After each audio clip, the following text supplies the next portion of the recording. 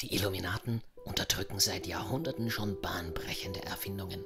Erfindungen so mächtig, dass sie den Ablauf der Zeit, so wie wir ihn kennen, vollkommen verändern würden. This giant complex of buildings overlooking San Francisco Bay is the Lawrence Laboratory at Berkeley. Some of the world's most advanced research in theoretical and practical physics is being done here. For some years now, a small group of scientists attached to the laboratories have been investigating this, a curious metal called nitinol.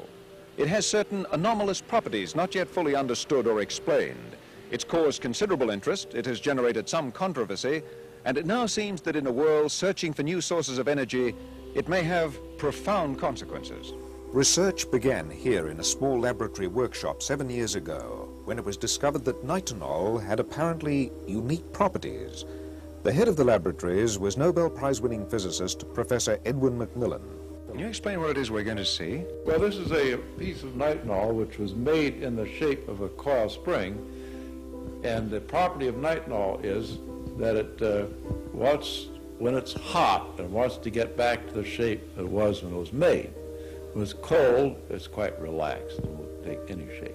This is now cold, and you see I can take it and stretch it out. It was made in the shape. It was made in the shape that I showed you first, and now it's cold, I can stretch it. Here I have a glass of hot water, and if I just pour the hot water on this thing, there we are. Good as new. In the cool state, it's relaxed and floppy. In the heated state, it remembers its former state. That's why you can say it has a memory. So if you make the thing, you make this piece of wire so it's straight when you made it. Then when it's hot, it wants to straighten out. When it's cold, it's just as floppy as a wet noodle. You know, if you take one of these things and put hot, cold water in your hand, it's like a wet noodle when it's cold. When it's hot, it straightens out very suddenly. It's quite strong stuff. In fact, nitinol, a nickel-titanium alloy, can spring back with a force of 55 tons a square inch. The actual phenomenon itself is not yet fully understood. An engineer at the laboratories, Ridgway Banks, set out to build an engine to harness this.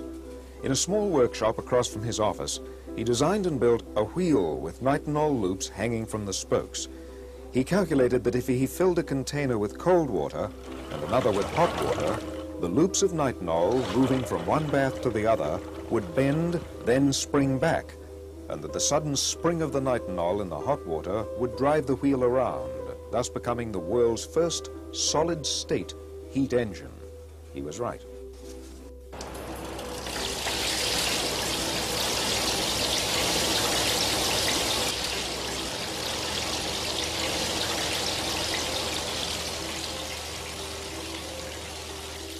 This simple crankshaft wheel first began spinning one morning in November 1973 at the Lawrence Laboratories, Berkeley, marking the first time that heat had been converted directly into mechanical energy.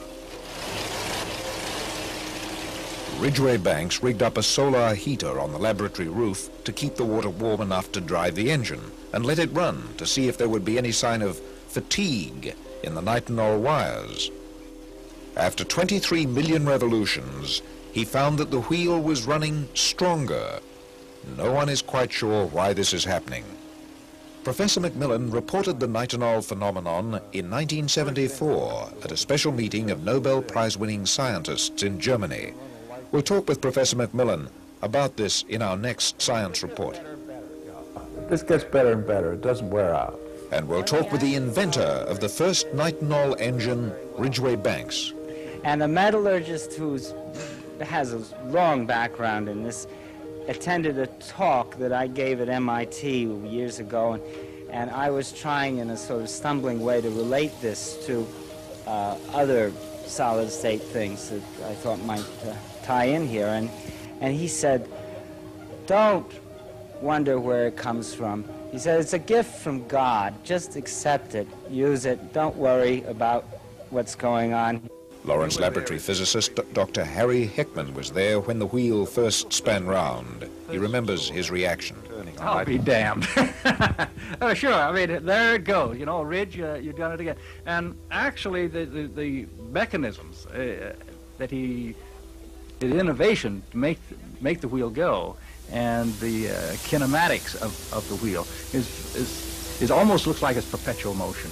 And Professor Elizabeth Rauscher, a nuclear physicist studying the crystals of nitinol, speculates on why nitinol behaves the way it does. Ridgway's been trying to look at some of the magnetic properties, some of the ferromagnetic properties that might occur in nitinol. These are experiments that really need to be done to give us some clues as to what's going on. And we'll talk with Stuart Brand, editor of Whole Earth Catalogue, who first drew attention to nitinol in his publication Coevolution Quarterly. This is a real case of news being so original that the mind, just the social mindset is taking a while to catch up with it. It's not, nitinol was not predictable from anything else going on at the time. It really was a complete flash. We'll talk with Professor Daniel Cole, who's investigating ways of using nitinol engines to harness temperature differences in the ocean and geothermal springs, to tap waste heat lost in most industrial processes, and most immediately, a solar-heated nitinol irrigation pump. What's particularly attractive about nitinol, and that a nitinol prime mover in that circumstance, is that the solar collector has the job only of maintaining about a 20 centigrade degree difference in temperature. We'll talk with Professor Macmillan about a new machine, another invention of Ridgway Banks, which many believe heralds a completely new energy technology. The new machine depends on stretching of the wire, the absolutely longitudinal stretch. And that is basically a more efficient mechanical motion.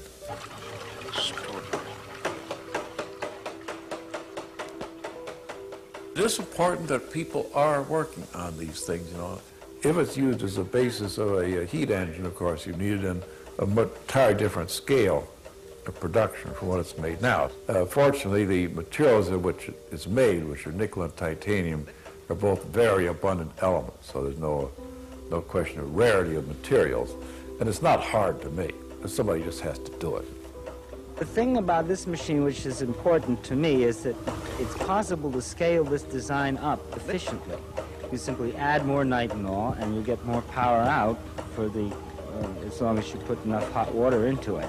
So this is the first machine that I've personally had anything to do with that could be scaled up to kilowatts or even conceivably megawatts of power. Research into nitinol heat engines began quietly several years ago with strange devices like this, developed by McDonnell Douglas Aircraft Corporation.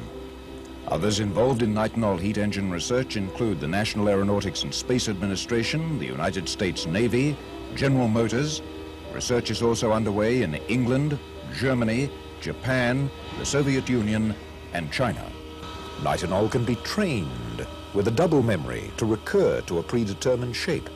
In a warm airflow, the branches of this nitinol plate curve out. The force of this transformation has been measured as high as 55 tons a square inch, and in trained nitinol, a cold airflow will cause a reverse reaction. And in some devices, the effect gets stronger with repetition. No one knows why or how far this will develop. But by 1974, some of the researchers working on these devices, a number of which are still classified, were saying in unpublished private and government research papers that nitinol could provide a new means of energy conversion that might have considerable long-term implications. With the sudden advent in the mid-1970s of the worldwide energy crisis, the Department of Energy here in Washington, D.C. began looking for new sources of energy.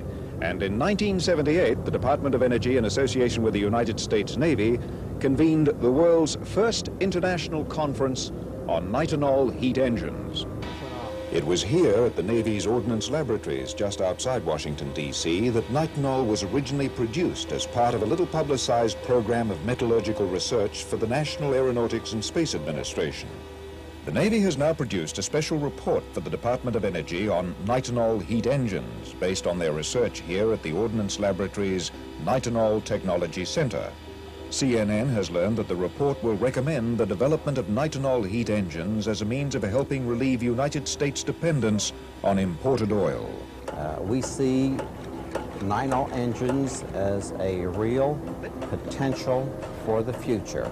We have done some calculations which show that nitinol is very viable in terms of using waste heat or low temperature heat, which is the largest available source of heat in the United States. Since the energy to run the engines is in effect free, as it's waste heat, you don't have to use oil or anything or any other fuel, it's the cost of installation that's important. We ran some calculations here which suggest that if we can produce nitinol at $200 or so a pound, which is within reason, we feel that you can make heat engines, and these are extrapolated figures, bear in mind, that you can make a heat engine that will recover its own cost if you can run it for 24 hours a day within 2 years, a year and a half perhaps. After that, all the energy you get out of it is for free. It's free. And that's the driving force behind a nitinol engine. At the World Bank in Washington, D.C., they've been watching the research into nitinol. Their program is headed by Dr. Mitwally. I asked him about the Navy's latest figures. If it's true that it can pay for itself in 2 years, I would say that's very encouraging. But I would like to see that first. If it looked as though nitinol, in fact, was going to take off, as it were, as an energy source or as an energy converter, would you then choose a particular nation and attempt to see what could be done with nitinol in some large scale? To start with, if we can have it on its own, or if we can mix it with solar energy, and the end use would be irrigation, pumping, we would be very much interested in the very near future to have something done, and not necessarily in one nation, it could be in many nations in the developing world. At the United States Department of Energy in Washington, which sponsored the conference, the nitinol research program is headed by Marvin Gunn. It was, to my estimation, a very successful conference. The proceedings have not been published yet, but they are imminently available. I do know that the proceedings have been put together, and when it comes out, it will represent a very, I think, complete compendium of nitinol state-of-the-art. We went forth with a lot of optimism, you know, that, well, while we'll learn a lot, we won't necessarily decide that we've conquered the world and found something that was going to solve all of our problems, but we thought it was interesting enough and it was feasible enough to look at. It's something brand new and it's intriguing. You know, as you say, there's very little known about it, so we can just think of so many ways of finding out more about it. You know. Do you foresee finally something like a nitinol economy in certain parts of the world? I'm not sure what the numbers are in the availability of nickel and titanium, and certainly the manufacturing capability at this point. But I wouldn't want to go that far to think that nitinol would dominate. In fact, I guess what we consider ourselves now is that we're on a petroleum economy, and we're trying to find ways of getting away from that.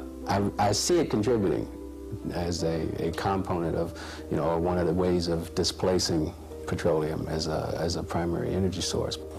From a preliminary copy of the report, CNN has learned that the United States Navy has told the Department of Energy that the development of nitinol heat engines would clearly serve the national interest by helping reduce petroleum energy dependence. The report also includes some startling figures suggesting nitinol heat engines producing power at an estimated $600 a kilowatt are substantially cheaper than both nuclear power and photovoltaic cells. Well, meanwhile, in addition to the release of this report on nitinol heat engines, which will become available imminently from the government printing office in Washington, the Navy has also released another book made up simply of the several hundred scientific papers that have been published on nitinol all over the world.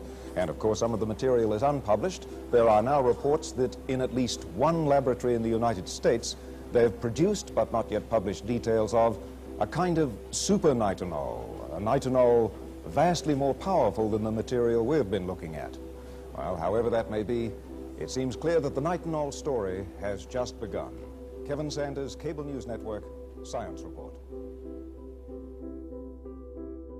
Warum diese Titanlegierung mit kristallinem Gedächtnis so wichtig für die Weltbevölkerung wäre und alle Sorgen der Menschheit mit einem Schlag lösen würde, erfährst du in meinem Video über die bahnbrechende, geheime und versteckte Erfindung Nitinol.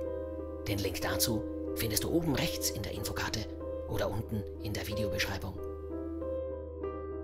Was hältst du von diesen Erfindungen? Bitte lass es mich auf meiner Facebook-Page wissen. Du musst dich dazu in meiner exklusiven Gruppe anmelden. Du musst nur EBURD.com in deinem Browser eingeben und wirst automatisch auf meine Facebook-Page umgeleitet.